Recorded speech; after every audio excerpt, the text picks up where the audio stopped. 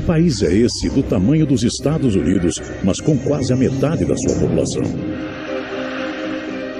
Como se explica um lugar onde apenas metade dos presidentes foi eleita pelo povo e só 1/3 deles concluiu o mandato? Um país que hoje é o 7º mais rico do mundo, mas também o 10º mais desigual. Como foi? Como é? Uma nação que criou o samba e a bossa nova, mas foi a última da América a abolir a escravidão. Como diria Tom Jobim, um país que definitivamente não é para principiantes. O Brasil é um drama, mas também uma aventura. Heróis incríveis, vilões desmedidos e homens que fizeram o que puderam numa terra marcada pela resistência às traições e às ironias. Onde os monarcas são fugitivos e os patriotas fuzilados, dividido até a alma entre abolicionistas e escravocratas, imperadores que acreditavam na república e republicanos que preferiam a monarquia.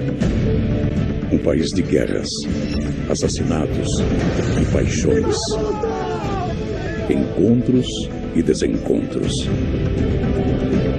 Parece até ficção, mas não é. É a história do Brasil. E disso vai falar este programa. Esta viagem.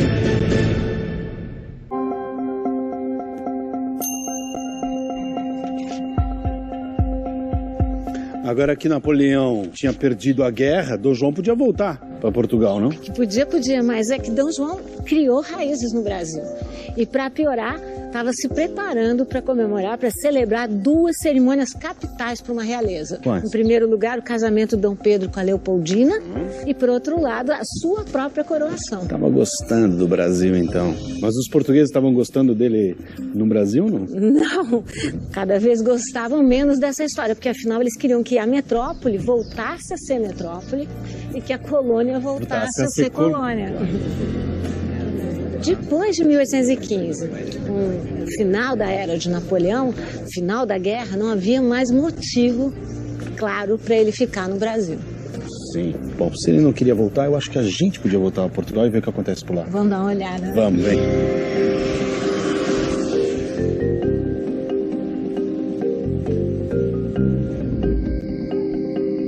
Então a revolta, o incômodo dos portugueses com o governo era crescente. A coisa ia estourar porque Portugal não aguentava mais ser tratada como uma colônia, era a metrópole. E queria Dom João de volta de qualquer jeito. Dom João tinha que voltar.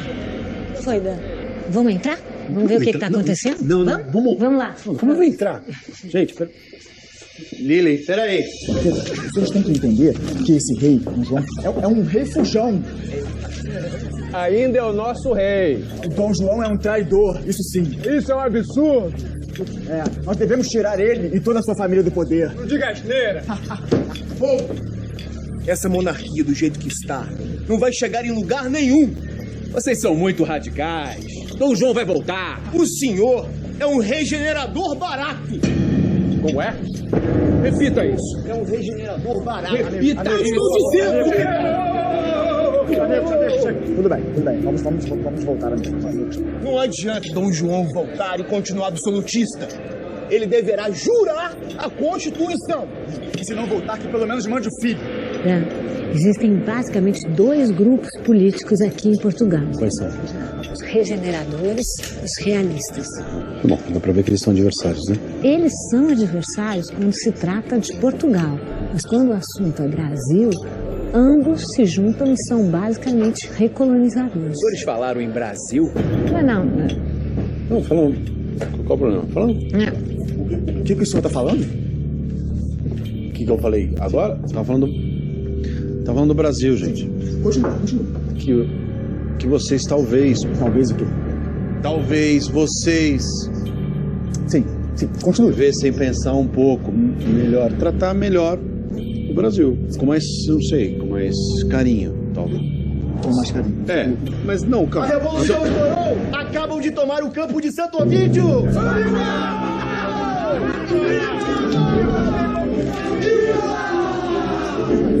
Ei, dessa vez você escapou. Mas depois vai ter que explicar sobre essa história de defender o Brasil. Não, certeza, me liga. Pela nação portuguesa! Viva a revolução! Viva! Viva! Viva! Viva! Viva! Viva! Viva! Viva! Viva! Viva! A Revolução Constitucionalista estoura no dia 24 de agosto de 1820, quando tropas rebeldes tomam o campo de Santo Ovídio e decretam um governo provisório. Essa conspiração tinha um cérebro, o Sinédrio, uma associação secreta de juristas maçons com ideias liberais.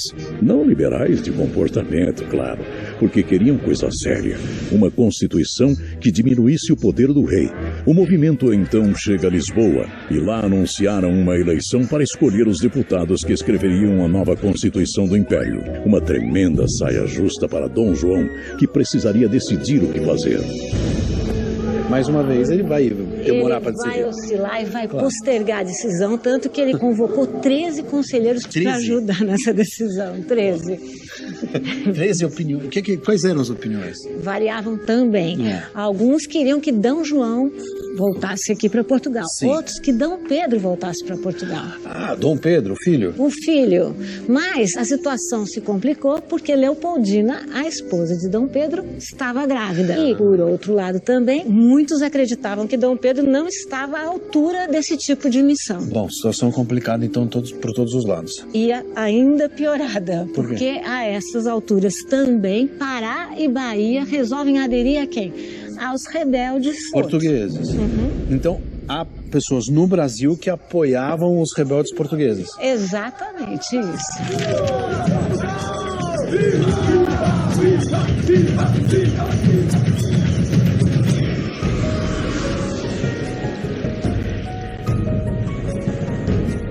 Teve muita pressão. Dom João foi obrigado a jurar a futura Constituição portuguesa e que com isso dava muito poder aos políticos portugueses, pelo menos dividia com o rei. Então João jurou? Ele disse o seguinte: não há remédio. Isso significava o quê? Que ele precisava partir, né, depois de tanta discórdia, junto com a família real. E sabe o que ele fez no dia seguinte? Ele avisou que ele ia, mas que o filho dele não ia. Então ele deixou Dom Pedro como regente do Brasil.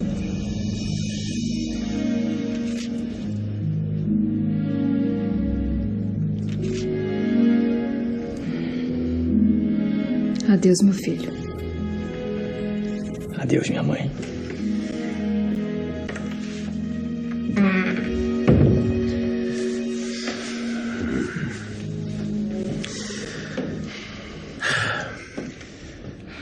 Os revoltados só vão se convencer com vossa presença, pai. Eu sei, Pedro. Meu filho, se o Brasil se separar, antes que fique para você, que has de me respeitar, do que esses outros aventureiros. Esteja certo, meu pai. Confesso, sentirei saudades do Brasil. Vamos, João. Vamos, que eu não aguento mais essa terra.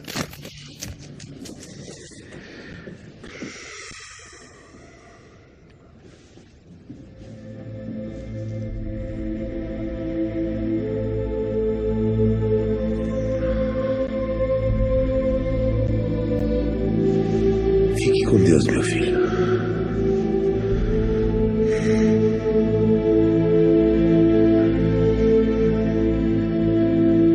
Mas quem foi para Portugal não perdeu lugar. Após a partida de seu pai, Dom Pedro passou a deter amplos poderes, exercidos com o apoio de um conselho. Dessa forma, em tese, garantia-se a permanência de uma autoridade central com sede no Rio de Janeiro, encarregada de articular as demais províncias. Com a ida do Dom João VI, como fica o Brasil agora? A situação é toda muito incerta e nebulosa. Tanto que Dom Pedro vai ter que apertar os cintos. É porque ele não tem reservas? Para você ter uma ideia, o Banco do Brasil anda mal das pernas nesse momento. E para piorar ainda mais, Dom João VI, antes de ir embora para Portugal, resolve dar uma passadinha no banco. Para pegar uns trocados. Exatamente. Um troco de mais ou menos 60 milhões de cruzados em barras de ouro e diamantes. Dinheiro que muita gente diz ter sido roubado do Brasil, mas que de fato pertencia a Portugal. assim como toda a nossa madeira, nosso ouro ou os naturalizados Deco, Pepe e Liedson. Você leva o dinheiro, mas deixa o filho. Oficialmente, Dom Pedro assumia a regência do Brasil. Logo que Dom João pisa em Portugal, as cortes começam a pressionar para que o filho volte também. Eles não estavam satisfeitos, os portugueses? Não estavam satisfeitos, tanto que vão se formar assembleias constituintes, vão chamar por novas eleições, vão ser convocados deputados do Império Português inteiro, incluindo os deputados brasileiros. Ah, eles decidiram nos ouvir? Mais ou menos. Quando os deputados brasileiros chegarem lá, que eles vão perceber o banho de água fria que eles vão tomar. A reunião das cortes tinha um truque. Pediam o tal do liberalismo só e apenas para Portugal. Para o Brasil, dependia um enorme retrocesso. Recolonizar a antiga colônia que os deputados portugueses carinhosamente chamaram de terra de macacos, bananas e negrinhos apanhados na África. Para isso, a ideia das cortes era subordinar o Rio de novo a Lisboa, revogar os nossos tratados de livre comércio e, como tudo que é ruim sempre pode piorar, levar de volta para Portugal o príncipe herdeiro Dom Pedro. Não por coincidência, os políticos brasileiros vão unir forças nesse momento para tentar assegurar a permanência de Dom Pedro por aqui. Que achou o quê disso tudo? Ele vai gostar de assumir algum tipo de liderança, né? E vai também levar um empurrãozinho. De quem? Leopoldina, que vai querer defender a autonomia do país e vai impulsionar o marido, no sentido de que ele assuma esse papel. Surge então um sentimento de ser cidadão brasileiro, posso falar assim? O que a gente pode dizer é que há, nesse momento, uma oposição entre portugueses de um lado e nativos da terra, naturais da terra de outro. Que não querem que a história volte atrás. Exatamente. Já Dom Pedro I não vai se fazer de rogado. Né? Convencidos de que a presença da minha pessoa no Brasil interessa ao bem de toda a nação portuguesa, demorei a minha saída até que as cortes e meu augusto pai e senhor deliberem a este respeito, com perfeito conhecimento das circunstâncias que têm ocorrido. Mas nas observações finais do mesmo documento, diz que os termos não foram bem esses e que deveriam ser substituídos pelos seguintes. Como é para o bem de todos e felicidade geral da nação, estou pronto. Diga ao povo que fico. Porém, a versão que ficou na memória do povo foi a versão Twitter, com menos de 140 caracteres. Se é para o bem de todos e felicidade geral da nação, diga ao povo que fico. Deve ter sido um dia de muita felicidade para os brasileiros, né? A gente nem teve tempo de comemorar. Por que não? Porque como forma de retaliação, as tropas portuguesas ocupam o Morro do Castelo e ainda querem que Dom Pedro jure obediência às cortes. Estão cutucando a onça com vara curta, né? Ah, o clima de guerra, né? Oh! Olha por onde anda.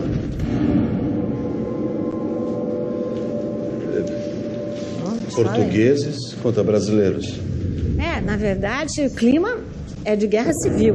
Dom Pedro manda bloquear as tropas por terra e por mar e ainda ordena que eles voltem para Lisboa. Mas isso não é uma notícia, isso é uma boa notícia, não bem. Depende para quem, né? Porque um mês depois, 1.200 soldados desembarcam. 1.200 soldados de Portugal? De Portugal. Então estão pressionando Dom Pedro. A pressão é imensa. Tanto que ele coloca as tropas sobre a mira dos canhões e ainda avisa que eles só vão desembarcar se eles jurarem obediência ao príncipe regente. E eles declaram essa obediência? Bom, eles declaram, mas a situação fica tensa, tanto que um mês depois eles são mandados de volta para Portugal novamente. Então ele ganha essa história. Militarmente ele ganhou. Ele ganha essa em particular. Mas você vai ver que a pressão vai continuar. Para lidar com essa pressão, Dom Pedro nomeia José Bonifácio de Andrade Silva como ministro. Faz dele homem forte do governo e primeiro brasileiro a ocupar um ministério. Bonifácio era de Santos, mas tinha passado mais de 30 anos na Europa, de onde voltou cheio de ideias para o Brasil. Defendia a abolição da escravidão, modelos de reforma agrária e foi um dos primeiros a ver que a independência não tinha volta, mas sem radicalizar. Como líder da loja maçônica Grande Oriente Brasileiro, preferia a monarquia constitucional, uma opção mais conservadora que a da loja rival Comércio e Artes, de onde sairiam maçons bem mais ousados.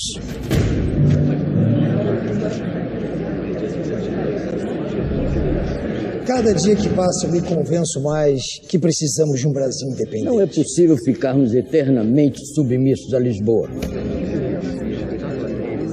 Ouso dizer que não devemos sequer ficarmos submissos aos Bragança. Está sugerindo... Um Brasil independente e republicano, por que não? Um Brasil republicano? Isso dá como na Revolução Francesa, na independência dos Estados Unidos. Não por acaso, dois eventos influenciados pela maçonaria. Palavra, aliás, que veio do francês maçonnerie, que significa construção. Eram os maçons, literalmente os pedreiros, que se reuniam na Idade Média para combater a tirania dos senhores feudais. As reuniões deram origem a uma sociedade secreta por onde circulavam novas ideias filosóficas e políticas. Um clube de sócios ilustres. George Washington, Benjamin Franklin, Kant, Voltaire, Beethoven. E no Brasil, Deodoro da Fonseca, Duque de Caxias, Rui Barbosa, assim como o próprio Dom Pedro e aqueles que conspiravam contra ele. Bastam as bravatas odiosas de Portugal, mas também basta a hesitação de nosso regente. Temos que conseguir o maior número possível de assinaturas para pressionar Dom Pedro a convocar uma Assembleia Geral Constituinte. E com voto direto. As cortes portuguesas não me representam. Nós temos urgência nas assinaturas. Vocês poderiam assinar? Grão-mestre, completamos mais de 6.000 assinaturas. Por uma Constituição brasileira! Viva! Viva!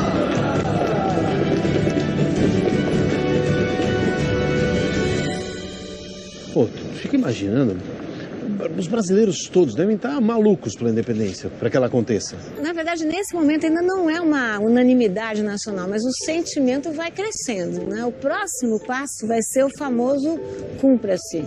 É uma lei que passa que nenhuma medida vinda de Portugal seria cumprida aqui no Brasil sem a prévia autorização de Dom Pedro. Então, ou seja, se ele não aprovar, nada se faz. Nada. E os portugueses ficam irritados?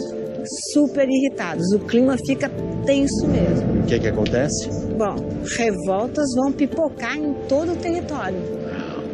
Pra onde você está me levando? Vamos para São Paulo? É lá que a revolta pega, vamos? Vamos, claro. São Paulo, a selva de pedra, aço e concreto de 12 milhões de habitantes, que em 1822 era conhecida como Cidade de Barro, numa homenagem às suas humildes casinhas feitas de terra. Um vilarejo de 28 ruas, 10 travessas e 7 pátios, com trânsito no máximo de carro de boi. A população era de 6.920 pessoas, metade do número de pizzaiolos que São Paulo tem hoje. Mas a variedade profissional já era orgulho paulistano. 7 médicos, 2 advogados, 9 professores, 24 carpinteiros, 15 ferreiros, 92 costureiras e um barbeiro. Provavelmente o homem mais rico da cidade, porque não tinha concorrência.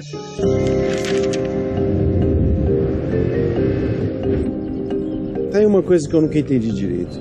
Por que cargas d'água a independência foi proclamada aqui em São Paulo, se a capital era no Rio?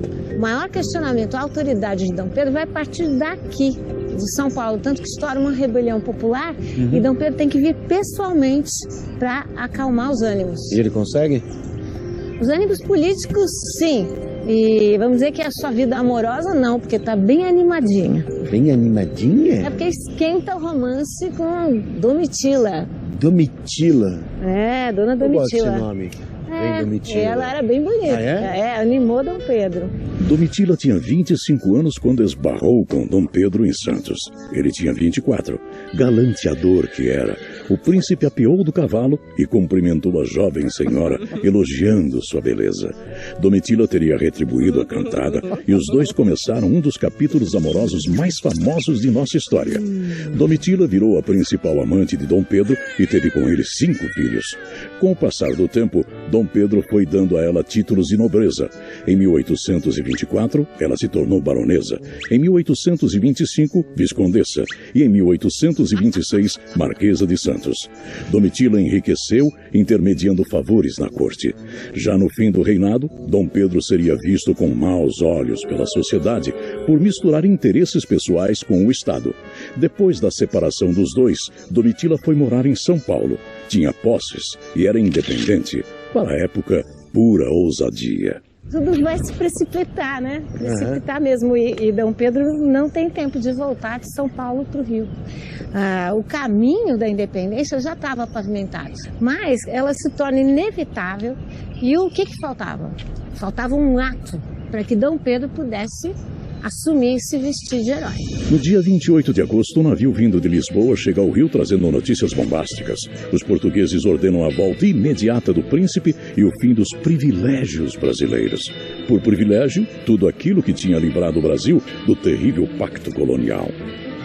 Então, o Conselho de Ministros, presidido pela princesa Leopoldina, se reúne, considera que era a hora, não dava mais para esperar Dom Pedro voltar de São Paulo e, inclusive, manda uma série de mensagens que ele vai receber em São Paulo, avisando a situação.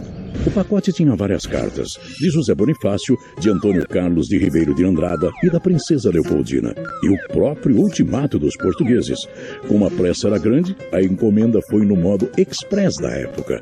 Demorou uma semana. Bom, então o que a gente faz em 40 minutos de avião demorou uma semana. Isso, e a situação devia demorar mais ainda nos ânimos, porque ainda por cima Dom Pedro fica muito irritado com o boato que circula de que ele seria deserdado pelo seu irmão Dom Miguel. Por isso que, com as cartas ainda na mão, Dom Pedro comunica às tropas que o Brasil estava sendo massacrado pelas cortes. Foi assim, né? A independência? Não foi nada assim. Esse é um quadro criado pelo pintor acadêmico Pedro Américo, 66 anos depois desse ato.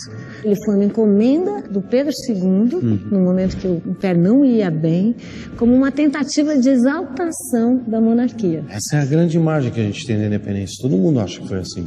Eu acho que foi assim. Aqui, Dan, isso tudo é idealização. A começar pelos cavalos. Não era cavalo? Não, porque se viajava longas distâncias num burro. Pedro I tinha ido encontrar a amante, ele não estaria em roupas oficiais.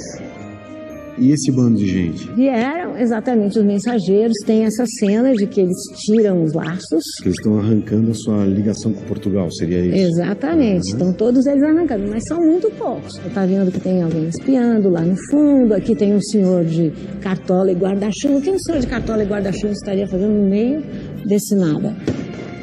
Mas pelo menos ele estava aí, no Ipiranga. Essa tela é uma imitação de uma outra tela napoleônica, então eles queriam pegar Pedro I elevado, uma colina, mas tinham que pegar o Ipiranga. Tanto que Pedro Américo fala, por motivos de nacionalidade, eu assassinei a geografia. Mas por que o Ipiranga? Essa também é uma ótima pergunta. Está preparado? Não. Você está destruindo toda a minha ilusão. Fala. Dom Pedro não estava passando por um bom momento intestinal. Que ele precisava de tempos em tempos, esse é o termo do documento, apear-se. Portanto, nada como ter um riacho por perto, certo? Então a gente não tem nenhuma imagem real do que foi. Uma representação do momento exato não se tem. Independência ou morte? Bom, pelo menos isso, né? O grito da independência.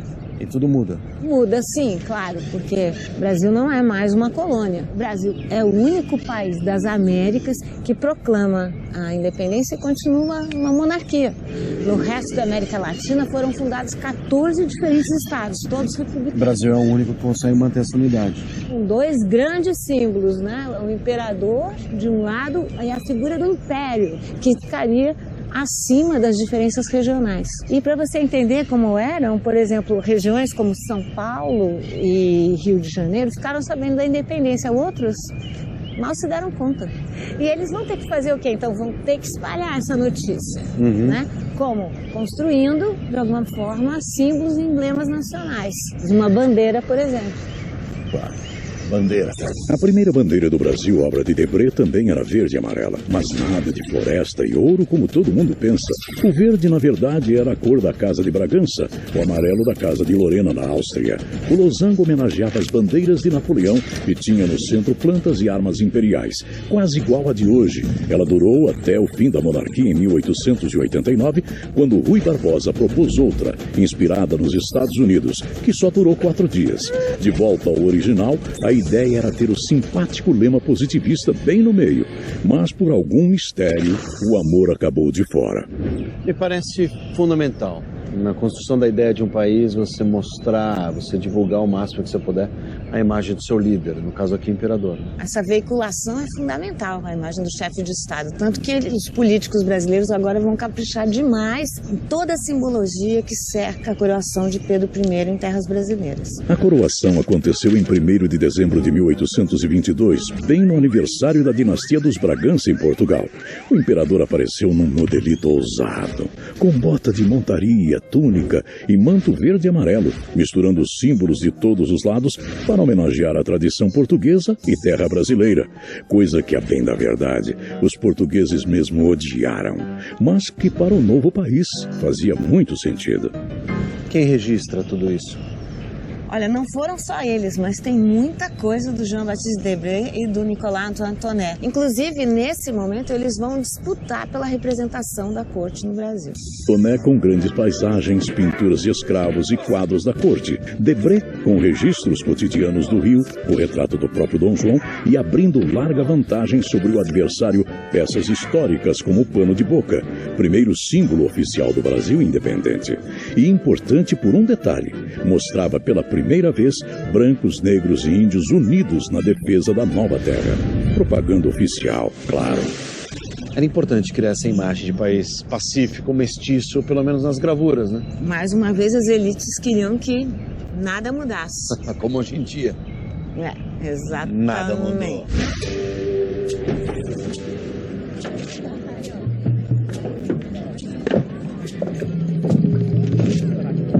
A escravidão fazia parte do dia a dia brasileiro. Pelas ruas de todo o país, os escravizados eram vendidos, leiloados e até penhorados, como produtos numa vitrine. Tinham os dentes branqueados e óleo espalhado pelo corpo para disfarçar as feridas que ganhavam nos maus tratos.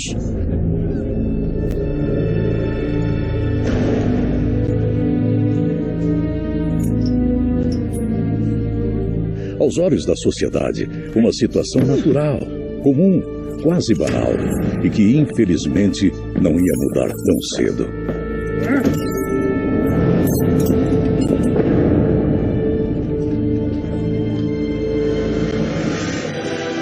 No próximo bloco... Temos ordens expressas para que deixem o recinto imediatamente! Daqui nós não sairemos!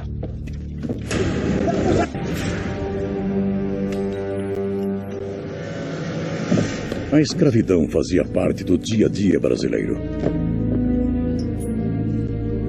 Aos olhos da sociedade, uma situação natural, comum, quase banal, e que infelizmente não ia mudar tão cedo.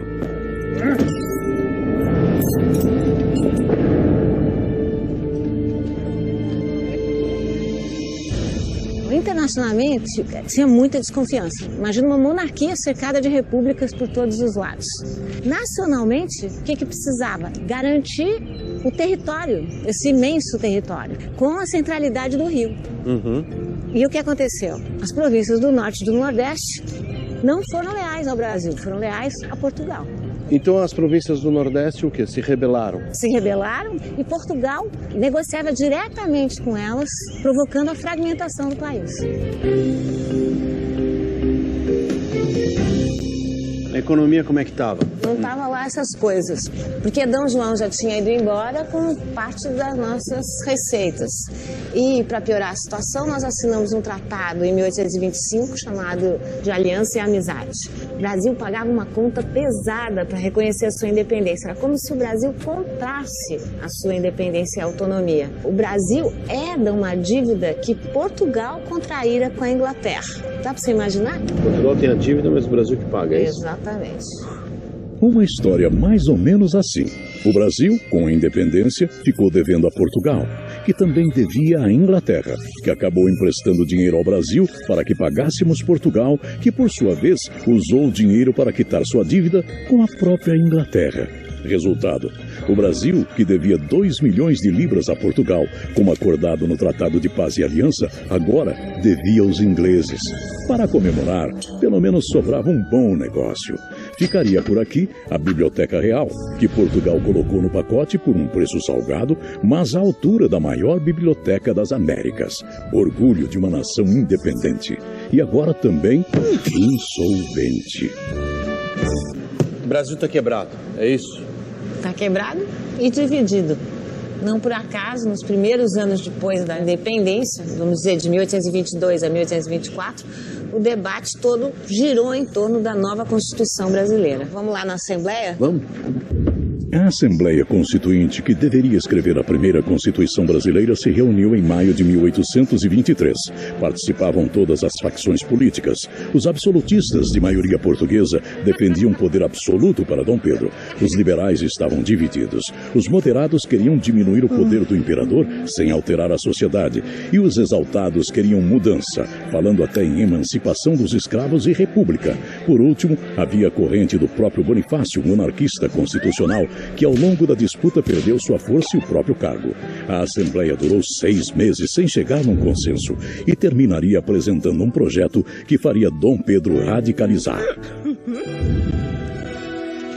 Como disse outrora, a Constituição deveria ser digna do Brasil e de mim. Ordeno que se dissolva a Assembleia e que, se houver resistência dos deputados, que cerquem o prédio.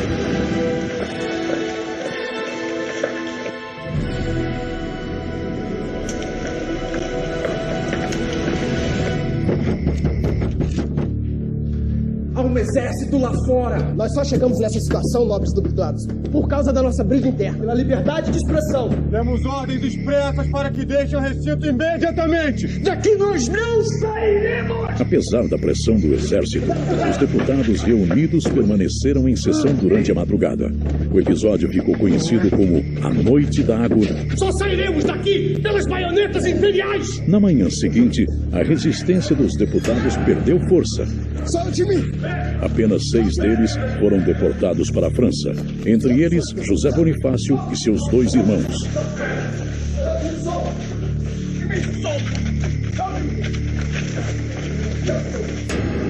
Não é irônico pensar, não sei se ironia também, irônico seria o melhor adjetivo, não é curioso pensar que a gente tenha tido independência para ter a monarquia e que nossa primeira Constituição tenha sido vetada.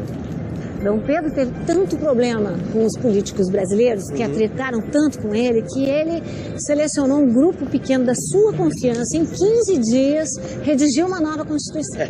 15 dias, rapidinho, né? Quando tem pressa, né? Quando tem interesse.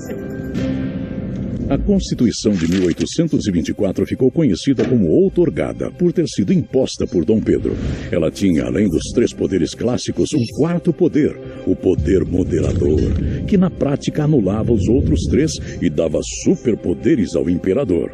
Apesar disso, era considerada das mais liberais da época. Previa liberdade de religião e de imprensa, criava uma Câmara e um Senado bem parecidos aos de hoje e exigia uma renda acessível, 100 mil réis por ano para o trabalhador votar. De resto, não trazia nenhum direito para os índios, as mulheres e os escravos. Mas isso ainda não vinha ao caso. O que incomodava mesmo era o tal do poder moderador. Para alguns brasileiros, a imposição de uma Constituição representou o rompimento com o Pacto Nacional. E se não existe pacto, não existe união também. Por isso que eles consideravam as medidas de Dom Pedro absolutistas, nos termos da época. Então o bicho ia pegar com as pessoas nervosas desse jeito? Ia pegar, adivinha onde? Pernambuco.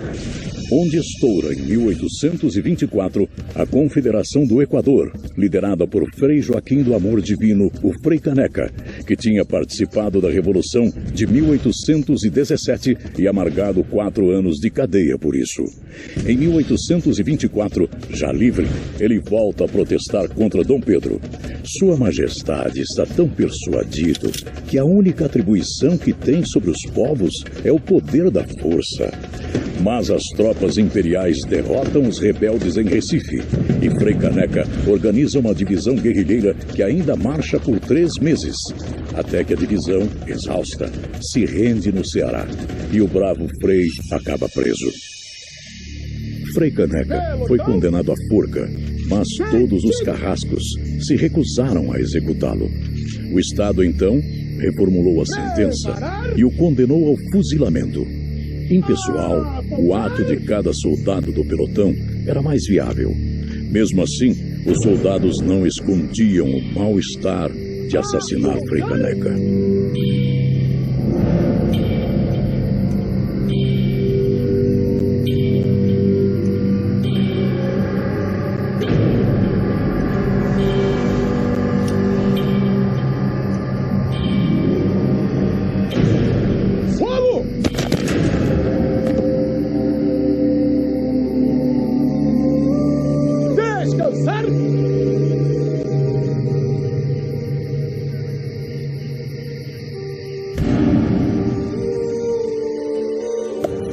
Mais uma vez, a força da violência do Estado reprimindo movimentos populares. É isso aí, Dan. Pra você ver que quando a gente fala que brasileiro é acomodado, que não luta pelos seus direitos, isso não é lá muito bem verdade, né? Não, tudo que eu tô vendo é o Estado determinado a reprimir essas manifestações. Vou te dar um bom exemplo na nossa frente aqui.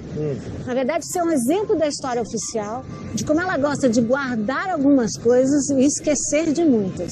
Quem é? Almirante Tamandaré, patrono da Marinha. Uau! Tá escrito na plaquinha ali, pessoal. Não, mas tá certo. Foi um dos maiores militares do Império. Mas também daqueles que reprimiam mais as revoltas. Por exemplo, em Pernambuco. Pernambuco? Será? Mexeu com meus conterrâneos. Cabra retado. Você é de Pernambuco, é? Sou sim. Tô. Torce pra quem lá? Obrigado, meu chefe. O esporte. Fundado em? 1905. Não é possível você saber isso. Você que me contou. Tchau. Na verdade, as revoltas acabaram, mas a história de Dom Pedro com o Brasil está longe de estar no final. Como é que você sabe quando o esporte foi fundado? Viu só?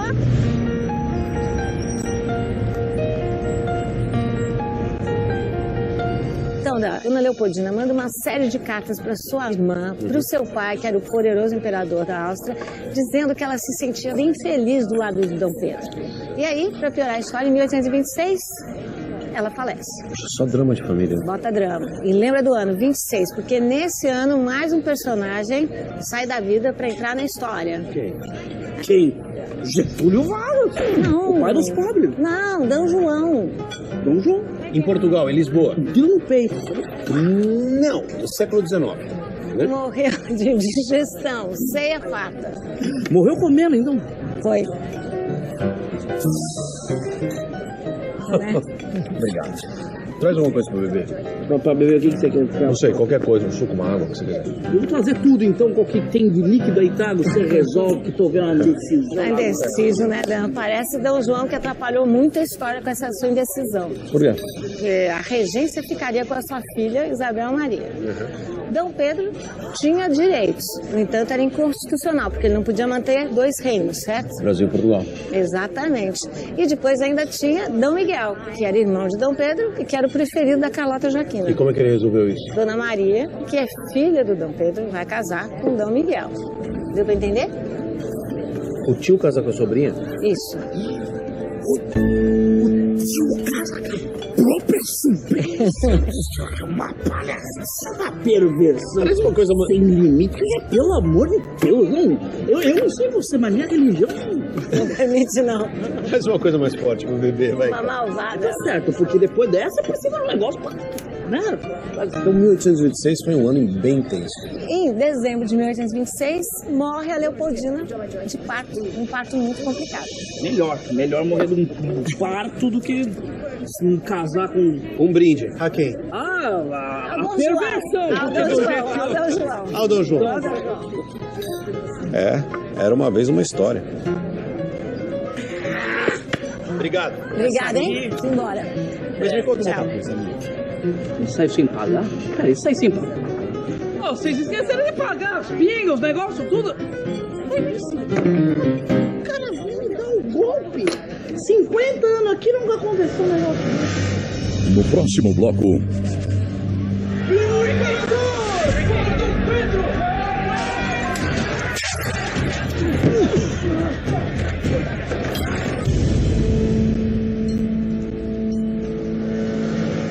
Então, Dona Leopoldina manda uma série de cartas para sua irmã, para o seu pai, que era o poderoso imperador da Áustria, dizendo que ela se sentia infeliz do lado de Dom Pedro. E aí, para piorar a história, em 1826, ela falece. Um ano depois da morte de Leopoldina, Dom Pedro começou a procurar sua nova esposa nas cortes da Europa. Mas estava difícil. Sua má fama de mulherengo já tinha se espalhado por lá. Passaram-se 3 anos até ele conseguir. A noiva seria Amélia Lochtenberg, princesa da Baviera, de linhagem não tão nobre como Leopoldina. Mas ao que tudo indica, a moça compensava na beleza, a ponto de fazer o imperador romper imediatamente com a Marquesa de Santos.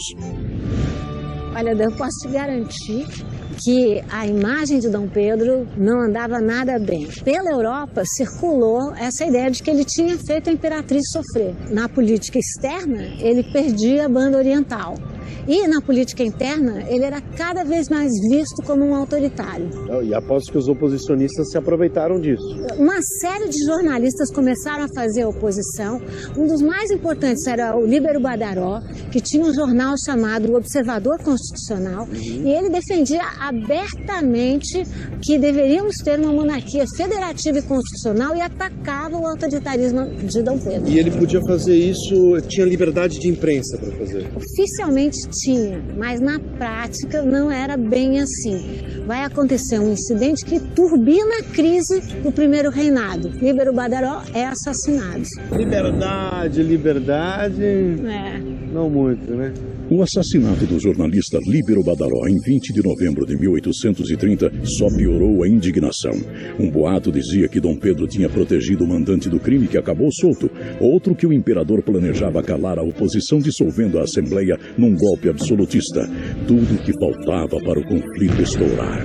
O que acontece em março de 1831, quando o imperador chega de viagem ao Rio, esperando as devidas homenagens.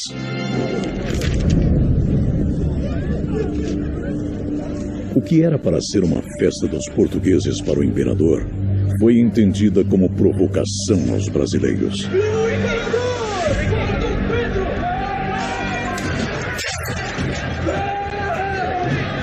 Era a noite das garrafadas. Confronto que não só avançou noite adentro, como se estendeu por 3 dias.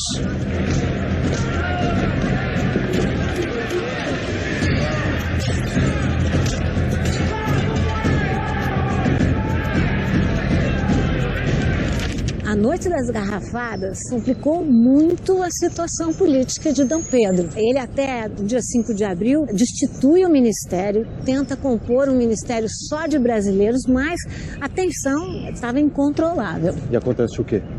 Bom, que no atual Campo de Santana, que se chamava Campo da Aclamação, teve uma aglomeração de gente. Dizem que tinham 4.000 pessoas aqui nesse local. Então Pedro tentou controlar a situação, mandou um funcionário para ler uma mensagem aos brasileiros, não conseguiu ler, foi interrompido com gritos de morte ao imperador. A situação insustentável.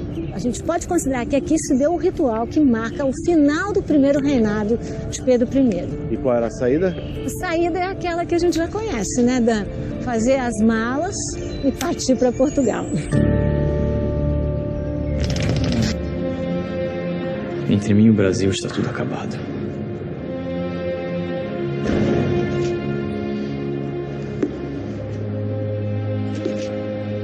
cuidem bem dele.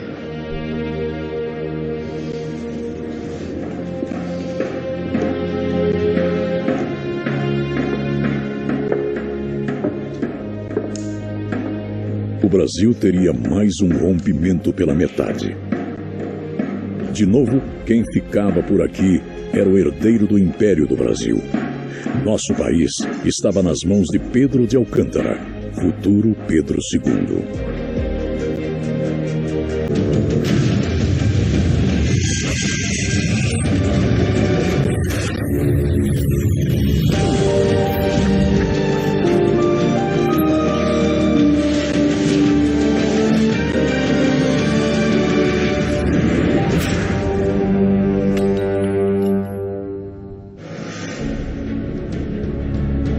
Aqui estamos nós.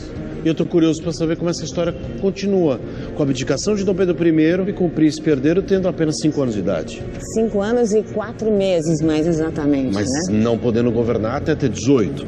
Isso. Pela lei, ele não pode. E depois do impasse da abdicação de Pedro I, a saída é qual?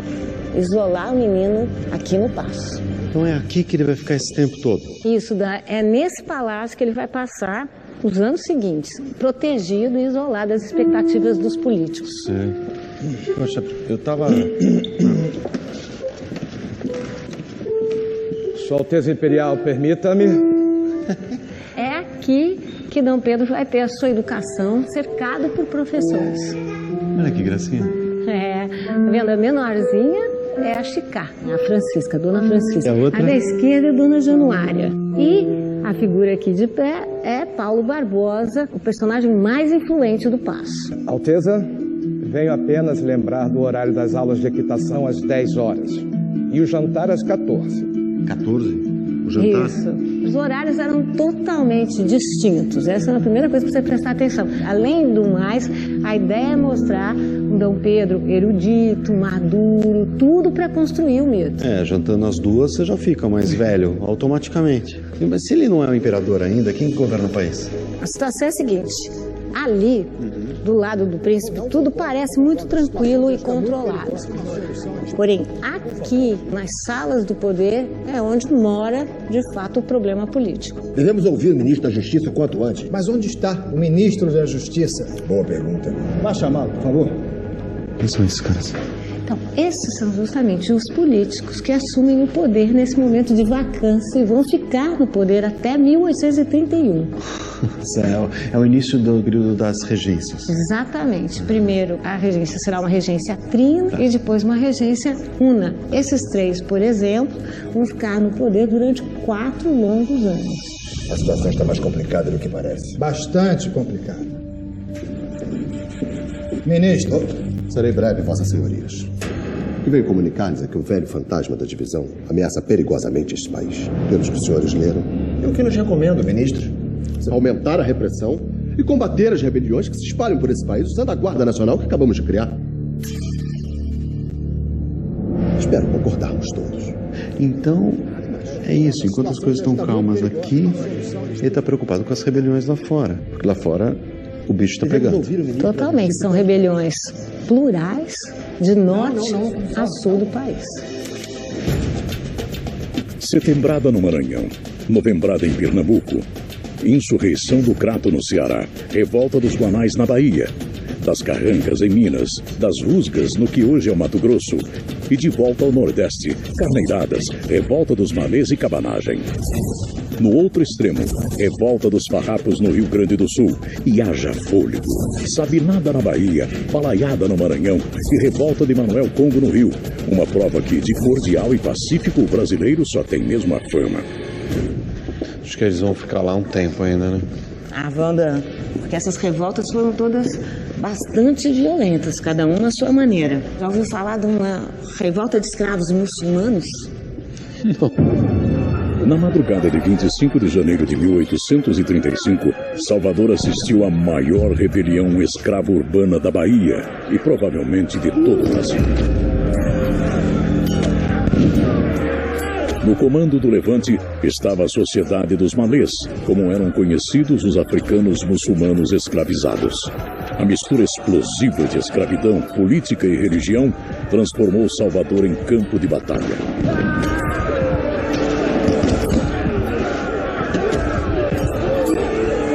Pelas ruas se espalharam escravos e de libertos, todos armados com porretes, ferramentas e armas brancas. Alguns até entoando o Corão. Por quase 4 horas, enfrentaram soldados e civis. Como seguiam o protocolo militar muçulmano, não invadiram residências, nem atearam fogo à cidade, mas armaram ataques relâmpagos a quartéis, igrejas e edifícios públicos. O plano era virar Salvador de cabeça para baixo, matar a população branca, seguir rumo ao recôncavo baiano e libertar os escravos dos engenhos de açúcar. Mas o levante fracassou quando os planos vazaram. Soldados e a população livre de brancos ricos, miseráveis ou mesmo mulatos, acabaram reagindo com violência. No fim, 70 rebeldes morreram e outros 500 foram punidos com açoite, deportação e pena de morte.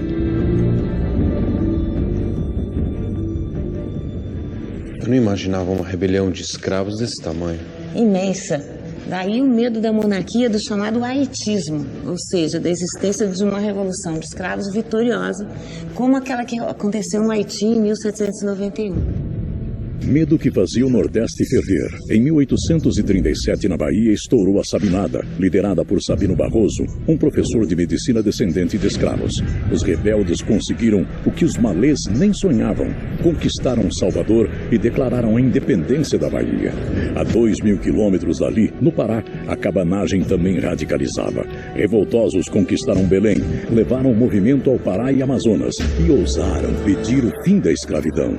Em 1840, terminaram massacrados, num saldo brutal de 40 mil mortos. 40 mil mortos, é isso? Numa população de 100 mil, acredita? Uau! É. Bom, e aquele cara lá? Diogo Feijão, regente. Ele que vai tentar controlar a situação? É o que ele está tentando fazer lá. Na minha opinião, sei não.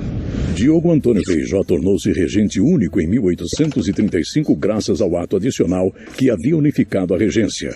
Era um personagem curioso no meio dos poderosos da época. Um brasileiro pobre, filho bastardo e sem títulos, que ordenara-se padre defendendo ideias liberais, até subir na política. Como ministro da Justiça, assinou a criação da Guarda Nacional, força criada para manter a ordem. E como regente, governou em tempos ainda mais difíceis, tentando impedir o rachar de vez de um Brasil que rachava de vez, agora no extremo sul. Sul é Revolução Farroupilha, certo? Certo. É uma revolução um pouco particular, mas ela se encaixa bem nesse quadro de rebeliões nas regências. Ou seja, vai dar muita dor de cabeça para os regentes. E como, Dan? Você vai ver.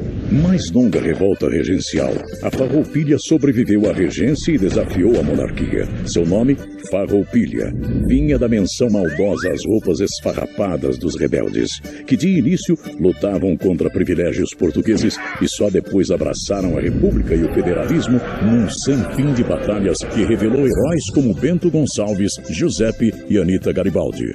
Proclamou 2 repúblicas, no Rio Grande do Sul e Santa Catarina, e fez 50 mil mortos. Em 1845, os farrapos se renderam às tropas do jovem Caxias, o futuro duque, sem a vitória, mas com a certeza de que a monarquia tinha entendido o recado. Que recado, Lilian? Bom, que era preciso mais do que força para evitar o racha iminente do país. Era melhor uma medida simbólica que mostrasse a força do Estado e do poder. Medida simbólica só se for a coroação do Dom Pedro. Exatamente, esse é o raciocínio. Sim, mas ele não tem nem 18 anos. Bom, as elites vão preferir se unir e antecipar a maioridade. Atropelando a Constituição. Exatamente. Bom, é uma saída forçada, digamos assim. Né? O golpe da maioridade tomou forma em 1840, quando deputados e senadores levaram a ideia ao jovem monarca de 15 anos, que toparia a conspiração entendendo nada do que se passava. e seria coroado Dom Pedro II numa festa de parar o rio. Para ligar o paço à Capela Imperial, foi construído um suntuoso edifício, a varanda, com alas homenageando os rios do Império, escadaria com estátuas de leões e um ático representando a sabedoria e a justiça. No pátio à frente passavam marchas militares, cortejos de nobres e banda de música, todos à espera do ator principal.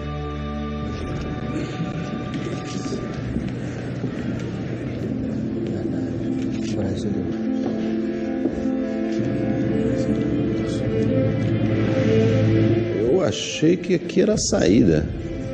Não, Dan. Isso aqui é a preparação para a primeira apresentação pública do imperador.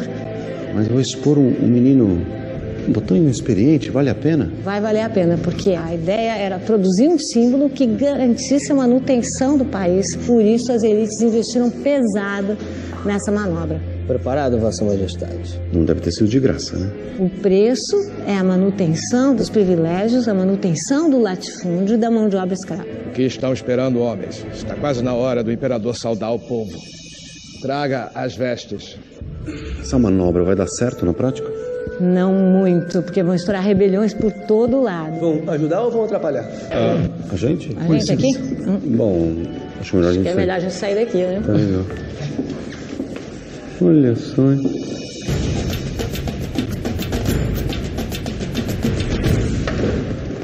Agora sim. Não tanto. Maioridade não vai resolver tudo, né? Tanto que a rebelião dos farrapos ainda demora 3 anos. Isso sem esquecer a pressão pelo final do tráfico de escravos. Claro, e o imperador de 15 anos não tem essa autoridade toda, né? Tanto que agora ele vai ter um trabalhinho extra. Ele vai ter que parecer mais maduro do que ele é para cumprir a sua missão. Como é que eles vão fazer isso? Botar ele em cima de um banquinho para parecer mais alto? Não. Não. Com barba. E um casamento. Exatamente. A escolhida foi Teresa Cristina Maria, do Reino das Duas Sicílias, uma legítima Bourbon e Habsburgo, mas de ramos menos nobres, 4 anos mais velha que Dom Pedro II, e dote bem minguado, mas foi o que a nossa corte literalmente tinha conseguido negociar no mercado casamenteiro europeu. Em 1843, Teresa ganhou presentinhos que hoje valeriam R$500 mil. E trato feito. Mas ainda havia um problema. Pedro II achou a moça feia e custou a ser convencido do casório. Os retratos oficiais, pelo menos, aparentariam um casal feliz, 4 filhos e o imperador, finalmente, de barba. Bom, agora que o Dom Pedro mais maduro, né? O que é que muda? Olha, essa ideia de estar mais maduro é quase que simbólica, né? Porque ele casou, começou a usar barbas, então a população achando que ele estava mais pronto nesse sentido. Também para eles era importante porque politicamente ele começava a assumir estratégias de Estado e também lidar com a questão nacional. Então as coisas ficavam agora no lugar. No lugar não tanto, né? Porque em 1848 nós já tínhamos passado por uma série de rebeliões na Europa. Começa na França, alcança a Itália, chega na Alemanha, na Áustria e até na Hungria. Isso era chamado da Primavera dos Povos. Uau, e aqui no Brasil? Aqui no Brasil parecia que estávamos tranquilos. No entanto, logo mais ia estourar o movimento republicano e revolucionário. Adivinha onde? Pernambuco. Sempre Pernambuco.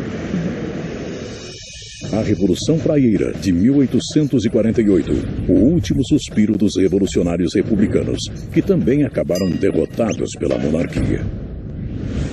O Império ainda tem outras questões muito espinhosas para enfrentar. Por exemplo, o tráfico negreiro.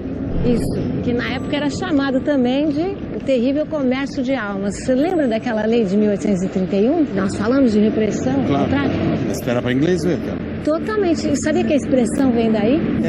Porque a Inglaterra impõe, mas o governo brasileiro não tem nenhuma intenção de cumprir. Olha aqui.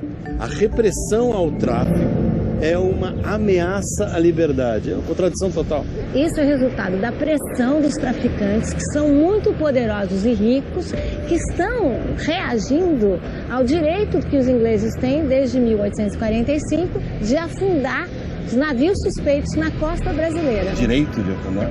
Direito de afundar se tivesse um sinal de tráfico. O governo vai fazer vista grossa. Para inglês ver. Mas o fato é que a mudança era inevitável. Mudança que veio com duas leis de 1850.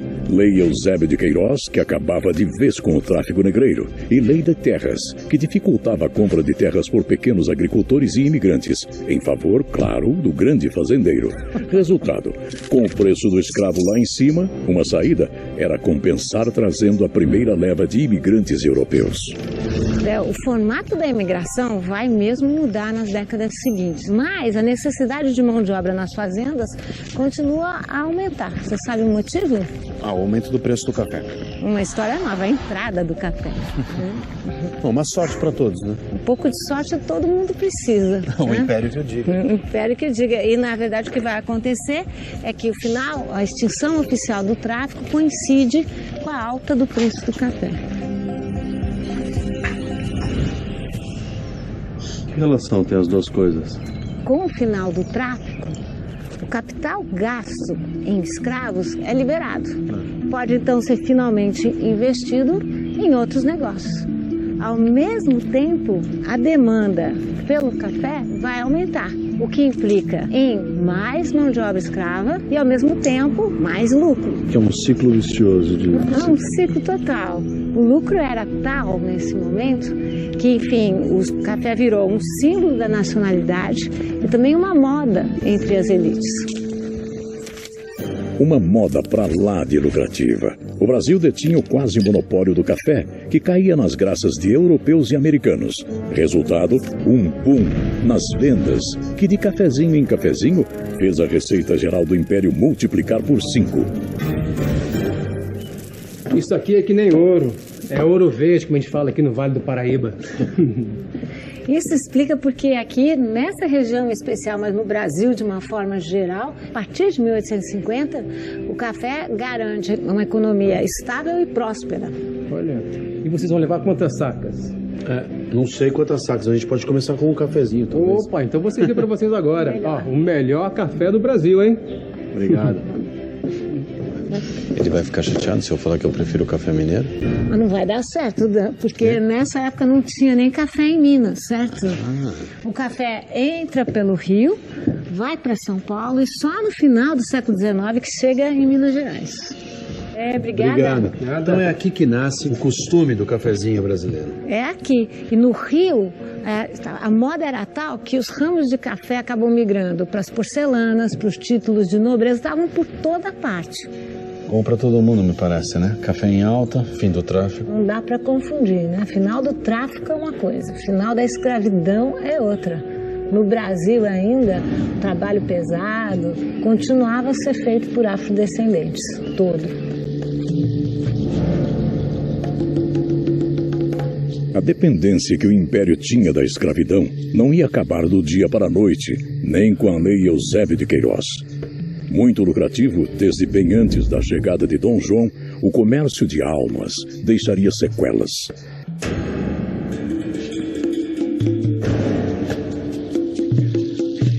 E a nova lei, que só regulava esse comércio, não ia sequer retirar o status de coisa de um escravo.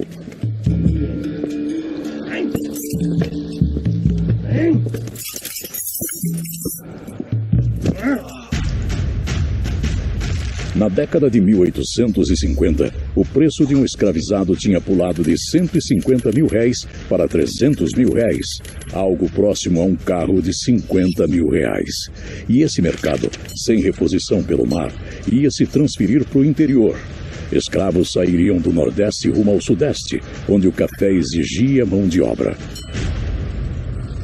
Assim, em 1851, o Rio ia registrar 110 mil escravos de uma população total de 266 mil habitantes. Daí o apelido do bairro vizinho ao Paço Imperial. Era a Pequena África, a maior concentração escrava desde Roma, e que teve como símbolo mais cruel o mercado do Valongo. Esse era o maior mercado a céu aberto que se conheceu de venda de escravizados. Os africanos chegavam aqui eles eram negociados e também tratados para a venda. Aqui branqueavam os dentes deles, passavam óleo no corpo para disfarçar as feridas. Nada relacionado com saúde. Nada relacionado com saúde, né? Tanto que vários pereciam, tanto na viagem como aqui, com esse tratamento. E eram logo enterrados. Aqui era um cemitério? Aqui logo na região tinha também um cemitério que ficou conhecido como o Cemitério dos Pretos Novos. Mais de 20 mil corpos foram enterrados no Valongo até o cemitério ser fechado em 1830. A população reclamava do mau cheiro que exalava das covas rasas. Em 1843, por ocasião da chegada da Imperatriz Teresa, o local foi reformado e o chão coberto com 60 centímetros de pavimento. Naturalmente, esse chão, esse piso são novos, né? São recentes. Totalmente recentes. É que com a revitalização dessa área do porto, foram sendo encontrados túmulos, ossadas, vestígios de cultura material das várias nações de africanos que desembarcaram de maneira forçada no Brasil. Incrível que tudo isso seja tão perto do Paço Imperial, né? Contraste, né? Poxa, bota contraste nisso. Contraste vai aumentar, porque nessa época escravizados, libertos, começam a se misturar a corte até mesmo nos bairros mais elegantes. Nessa época também o Rio de Janeiro vai tomar um banho de civilização. Para onde a gente vai agora? Agora nós vamos para a Rua do Ouvidor, é o Rio de Janeiro que quer ser Paris.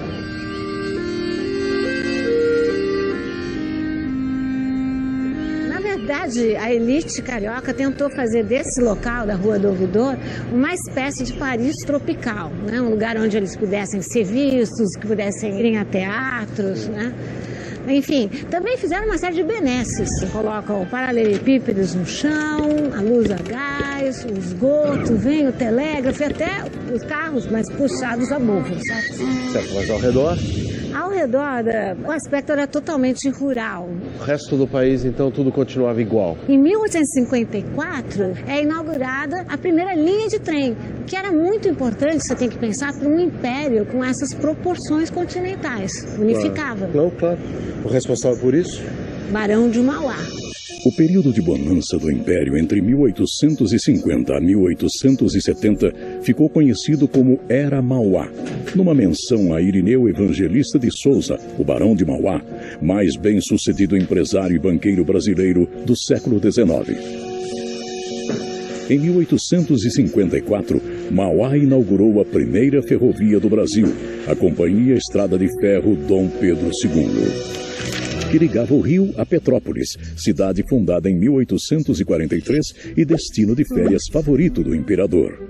Pela presteza, Mauá virou barão e, aproveitando os bons ventos do segundo reinado, multiplicou seus negócios, chegando a controlar 17 empresas diferentes, de companhia de navegação no Amazonas à concessão de luz a gás no Rio, com direito a banco próprio. Por volta de 1860, no auge, era dono de uma fortuna calculada em 250 bilhões de reais.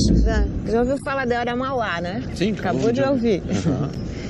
Ela ficou conhecida como um período de grande estabilidade, talvez o maior do Império. Tanto que virou uma época boa para imaginar qualquer tipo de projeto. Não, o projeto de Mauá eu entendo bem. O que eu não entendo é o projeto de Dom Pedro. Mas, justamente, ele vai fazer um imenso projeto.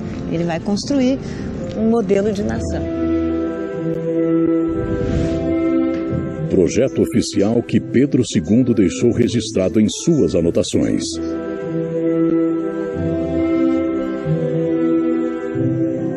Preciso organizar moralmente a sociedade, formar uma elite e investir na memória do nosso povo. Seria essa sua grande missão, agora que o Império entrava na fase mais próspera e estável: se dedicar à formação de uma cultura brasileira.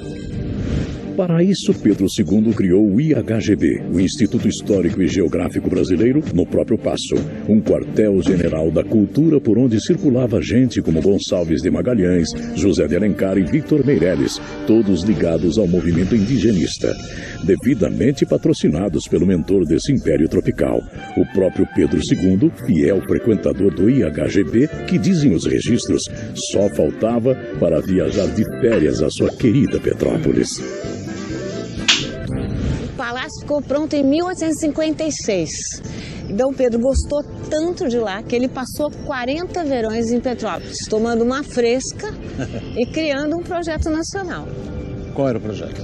O índio virou um símbolo político do império, nada de negros ou escravos, só indígenas e os trópicos pujantes. Lembra de Iracema, de José de Alencar? Pô, claro, li na escola, a Virgem dos Ovos de Mel. Isso sim. Mas você sabia que Iracema tem as mesmas letras que América? Te peguei. No próximo bloco... Faz uma coisa pra gente comer aí, vai. Ah, vocês de novo então, porque quando vocês aparecem é só destruição, desgraça que acontece, né? Daqui a pouco passa um tufão correndo por aqui, não? Quem que morreu dessa vez agora?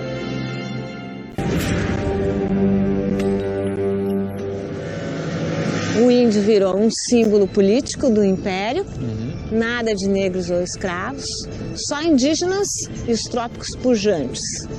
Lembra de Iracema, de José de Alencar? Pô, claro, li na escola, a Virgem dos Ovos de Mel. Isso sim. Mas você sabia que Iracema tem as mesmas letras que América? Te peguei. Iracema, de José de Alencar, contava a história da mãe que morria para o filho viver, ou do indígena que morria para a nação branca vingar. Ideia que a elite brasileira, para esquecer o escravo, comprou com gosto e colocou até em seus brasões. O problema? No Brasil, sangue azul não passava de pai para filho. Cabia ao imperador distribuir os títulos ou vendê-los.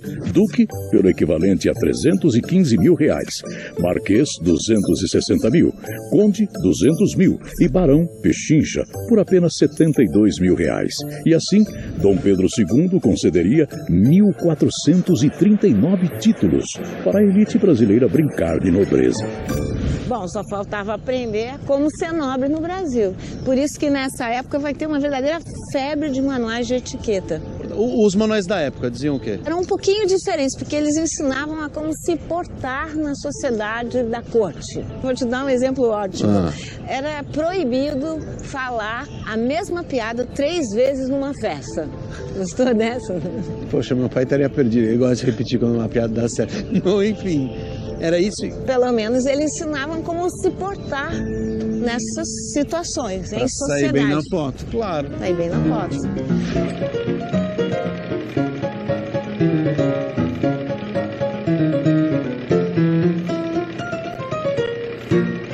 Fotografia era uma das paixões de Pedro II, que fotografava, se fazia fotografar e compartilhava tudo entre amigos, nobres e parentes. Primeiro, usando o ancestral daguerreótipo, e depois de 1860, as máquinas de fotografia mais modernas de sua época. Época em que o fotografado ficava pelo menos 20 minutos imóvel na frente da câmera, ou saía parecendo um fantasma. O Brasil foi um dos primeiros países a introduzir a fotografia, porém o último a abolir a escravidão. Contraste. Bom, de novo um contraste, né? Mais um. Mas parte desse conhecimento chega para as pessoas, para o povo? Olha, dá nem isso, porque, por exemplo, vamos falar de educação. 5 entre 6 pessoas são analfabetas. No que se refere à população escrava, 99%. Pelo menos a situação política, essa tá calma. Sinto te decepcionar mais uma vez, mas as coisas, essa calmaria que a gente está vivendo aqui, vai acabar já já. Em 1862, estoura no Rio a questão Christie. Oficiais ingleses bêbados acabaram presos por desacato no cais num episódio banal. Mas William Christie, representante inglês no Brasil, considerou a prisão um ultraje e ordenou como represália que a esquadra britânica bloqueasse o porto do Rio e apreendesse 12 navios mercantes brasileiros fora da Baía da Guanabara. Pô, mas esse cara quase detonou uma guerra entre Brasil e Inglaterra. Não, os brasileiros já conheciam a fama desse tal de Christie, né? Essa foi só uma das loucuras dele. Teve mais uma? Teve mais. A última loucura do Christie foi faltar na festa do imperador Pedro II. Vamos sentar aqui. Vamos. Vou comer algum negocinho. Mas aí aconteceu o quê? O imperador ficou bravo com isso? Não só ficou bravo, como rompeu relações diplomáticas por 2 anos. Mas por quê? Ficou tão chateado assim que tu não foi no aniversário? Só? Bom, péssimo pro Brasil. Péssimo. Ô, Bigode, traz uma coisa pra gente comer aí, vai. Ah, vocês de novo então, porque quando vocês aparecem é só destruição, desgraça que acontece, né? Daqui a pouco passa um tufão correndo por aqui, não? Quem que morreu dessa vez agora? Bom, vai começar a Guerra do Paraguai. Ah lá, não tô falando. E não é uma morte, é 300, né? Vou pegar aqui. Boa noite. Boa noite. Começa agora mais um jornal do século XIX. Recebemos hoje por telégrafo notícias preocupantes de nossos correspondentes internacionais. Informações dão conta de que o atrito entre o Império Brasileiro e as repúblicas da Argentina, Uruguai e Paraguai chega a um ponto máximo de tensão. O jornal do século XIX teve acesso a fontes militares que já prevêem a possibilidade de uma guerra inédita na América do Sul. E o motivo seria o choque de 4 projetos de nação. A Argentina, interessada em anexar territórios vizinhos. O Uruguai, refém de uma delicada independência entre argentinos e brasileiros. O Brasil, de olho na navegação nos rios Paraná e Paraguai e no mercado de erva mate disputado com o Paraguai. E o próprio Paraguai, que queria uma saída para o mar pelos vizinhos. Um xadrez continental que jogou luzes em Solano Lopes, polêmico presidente paraguaio e para muitos fonte da discórdia. Ora visto como caudilho autoritário e ambicioso, ora como progressista que fez do Paraguai uma república cor-de-rosa e industrializada, ameaçando até interesses da poderosa Inglaterra. Mas uma coisa que eu não estou entendendo é que quando começou isso aí? 1864. Essa foi uma guerra muito mais fácil de entrar do que sair. Sei como é. Às vezes acontece isso na vida da gente. Vai lá. O Uruguai vivia dividido entre blancos do presidente ruralista Atanásio Aguirre e colorados do liberal Venâncio Flores. O Brasil de Pedro II e a Argentina de Bartolomé Mitre apoiavam os colorados. Assim, em 1864, o Brasil decide invadir o Uruguai, derrota os blancos e empossa Flores. Mas a paz é breve. O Paraguai, aliado dos blancos, revida, aprisionando um vapor brasileiro, invadindo o Mato Grosso e atacando a província argentina de Corrientes. Começava a guerra de todos contra o Paraguai. Um 33 contra 11, cheio de catimba. Mas, como a defesa paraguaia foi menosprezada, a partida prevista para durar 3 meses acabou indo de prorrogação em prorrogação até os 5 anos do segundo tempo. Guerra e futebol, Boechat. Pois é, Paloma, coisas que sabemos como começam, mas não como terminam. Boa noite. Boa noite. Pelo meio que eu tô entendendo aqui do meu jeito, é meio que nem o futebol brasileiro, né? Acontece as coisas, mas não muda nunca, não é isso? É verdade, a história se repete. Mas melhor a gente ir embora, porque antes desse jogo acabar vai acontecer muita coisa ainda. Já? Vamos, né? Vamos. Então tá. Falou. Não, e o mais interessante... Peraí, os caras estavam aqui agora mesmo, eles sabem que é o Messi dos magos agora? Pô, não pagaram de novo, mas não é possível, é só prejuízo, eu preciso mudar.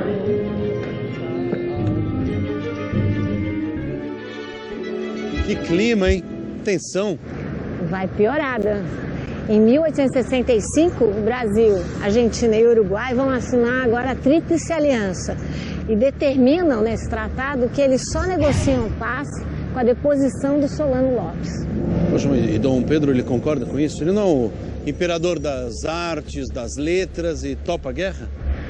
Nesse contexto ele muda, ele vira o imperador da guerra. Inclusive vai tomar uma atitude totalmente inesperada. Ele resolve ir para o cenário da guerra. Ah, é? E por isso ele é chamado de voluntário número 1. Dom Pedro II marcha até Uruguaiana, no Rio Grande do Sul, onde encontra Mitre e Flores. Acreditavam todos numa vitória rápida, e assim a guerra foi vendida ao povo, com cada vitória festejada nos jornais. Mas Lopes também resistia. Em setembro de 1866, 4.000 soldados aliados são massacrados em Curupaiti. A derrota faz a Argentina diminuir a participação na guerra e motiva a troca do comando. Sai Mitre, entra Marquês de Caxias, o futuro duque. A nova fase da guerra vinha com violência e a percepção começa a mudar. O que muda exatamente? Olha, muda tudo. O ambiente é totalmente diferente. Os jornais, por exemplo, começam a falar em açougue do Paraguai e tríplice infâmia. A guerra vira um pesadelo. Total. Caxias, que comandava o exército no Paraguai, não lutava só com os paraguaios. Lutava com problemas de comunicação, de transporte, com as epidemias. Nessa etapa, o exército faz recrutamento forçado, abordando homens em festas e reuniões. Os soldados são tirados para dançar pelo próprio Caxias. E com isso resolve o problema? A outra saída vai ser bem mais polêmica. Em 1866 vai ser discutida pelo Conselho de Estado do Império. E podia ser resumida assim: libertar mais escravos para lutar no campo de batalha. Decisão que dividiu até a elite política. Senador Nabuco de Araújo defendia a libertação, desde que voltassem à escravidão depois da guerra. Caxias considerava a ideia maléfica. O parlamentar Pimenta Bueno via o recrutamento como mal menor. E assim, sem consenso, o Conselho de Estado apoiou por pequena margem e, digamos, grande hipocrisia, a liberdade dos chamados escravos da nação. Dom Pedro II aprova a medida e é uma mudança de coloração imediata no exército brasileiro. Mudança essa que os paraguaios vão notar rapidamente. Imagino. Enfim, os jornais paraguaios, críticos, vão começar a chamar os soldados brasileiros de Los Macaquitos. Você sabe que tem jogo até hoje, a Libertadores da América, Jogos da América do Sul, que os brasileiros são chamados assim. Começou aí? Eu não sabia que essa idiotice tinha começado tão longe. Mas mesmo assim a guerra continua. Continua? E quanto mais o exército avança, mais sangrentas ficam as batalhas. Caxias avança em direção à capital paraguaia. Em julho de 1868, toma o Maitá. Em dezembro, Itororó, Lomas Valentinas, Angostura e Havaí. Em 1869, Caxias chega finalmente a Assunção sem nenhuma resistência e dá a missão por encerrada, dizendo estar doente. Pedro II lhe confere o título de duque, mas não desiste. Nomeia Conde D, marido da princesa Isabel, para a etapa final da guerra. Conde D se prepara para comandar a marcha final com 26 mil homens, cansados e prontos para desertar. E o exército paraguaio? Bom, o exército paraguaio está acuado e o exército brasileiro vai ao encontro do Solano Lopes, quase sem guardas e lutando na base de mulheres e crianças. Pode imaginar? Vocês ouviram as ordens do comandante? Solano Lopes, vivo ou morto?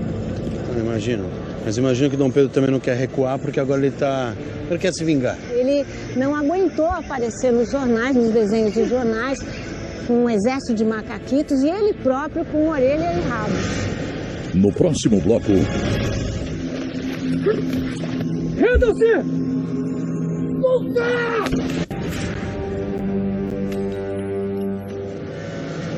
Mas imagino que Dom Pedro também não quer recuar, porque agora ele quer se vingar. Ele não aguentou aparecer nos jornais, nos desenhos dos jornais, com um exército de macaquitos e ele próprio com orelha e rabo.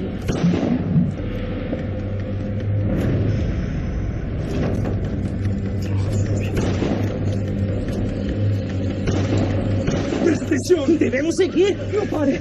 Estamos cerca! Cálate! Estamos cerca! Vai depender de tu madre y tus hermanos. Vaya. Se parece que nada lo detenga. Oh, padre, no.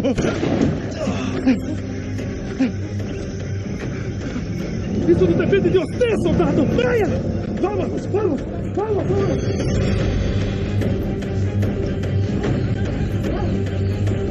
Avante!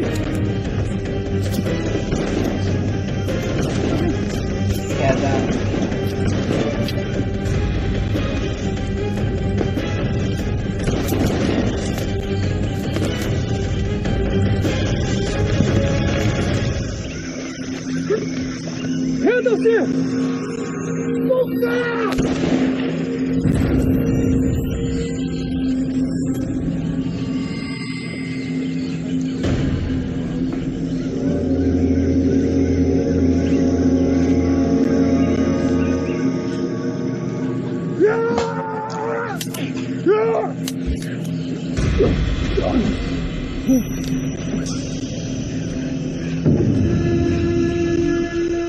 Renda-se! Eu tenho olhos para levá-lo vivo ou morto! Me selva para o Paraguai!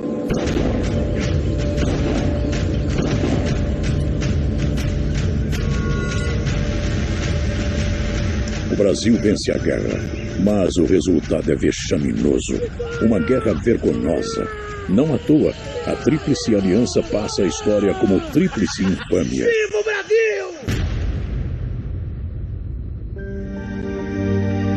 Estima-se que o Paraguai teve de 800 mil a 1.300.000 habitantes mortos. Sua população fica reduzida a mulheres e crianças. As perdas são igualmente violentas para o Brasil. 5.000 soldados morrem em combate. O país sai devendo o dinheiro que emprestou da Inglaterra. E a imagem de Dom Pedro II termina arranhada. Era o fim de guerra gloriosa que terminava infame e que marcaria o começo do fim da monarquia.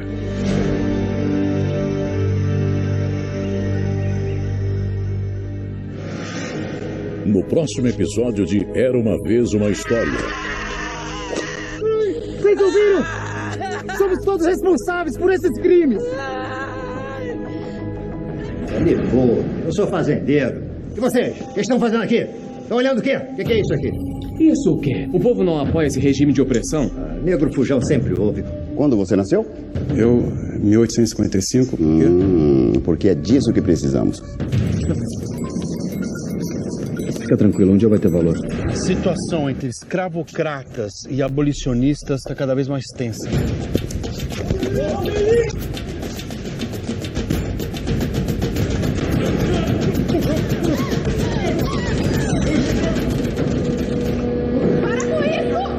Marechal Deodoro entrando, cavalo branco, uma galera. E proclamação da República. Pá! Sim. Não, vai ser bem menos poético do que você imagina. Marechal, não há mais nada a esperar desse regime. Sua Alteza é um senhor de idade. E os senhores sabem o quanto eu respeito. Majestade, venho respeitosamente entregar esta mensagem. A família imperial tem 24 horas para deixar o país.